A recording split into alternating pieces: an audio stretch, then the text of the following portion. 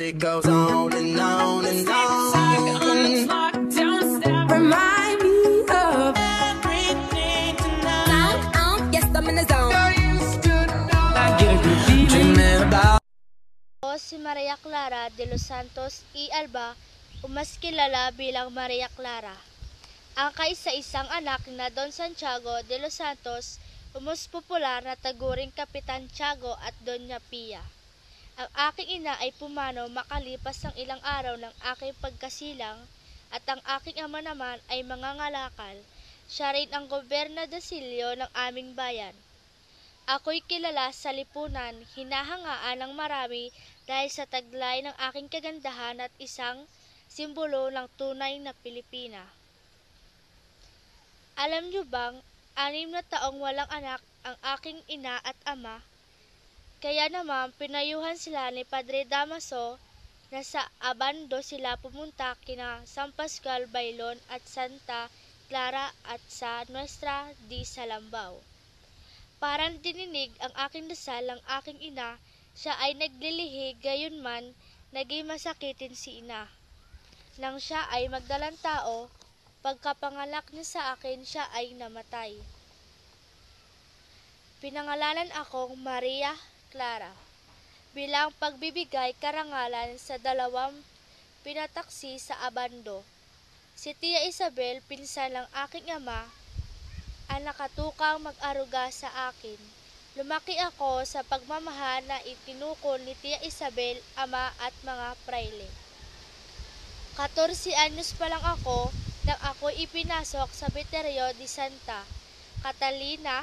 Luhaan akong nagpaalam kay ama, Tia Isabel, Padre Damaso, at sa aking kaibigan at kababatang si Crisostomo Ibarra. Pagkapasok ko sa kumbento, si Ibarra naman ay nagpunta na ng Riopa upang mag-aral. Gayunman ay nagkasundo pa rin sina Don Rafael at ama na maski magkalayo kami ni Ibarra, pagdating ng tamang panahon, kaming dalawa ay pag-iisang dibdib.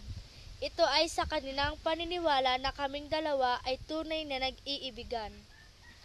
Makalipas ang 7 taon ay nagkaroon ng isang marayang salo-salo ang pinag-aanyaya ni ama, na higit na popular sa Taguriang Tiago. Ang handaan ay gagawin sa aming bahay na nasa Kalye Anloki na nakarating ng Ilog Bundok. Ang handaang ito ay para pasalamat kay Birheng Maria sa maayos at ligtas na pagdating ni Ibarra dito sa Pilipinas.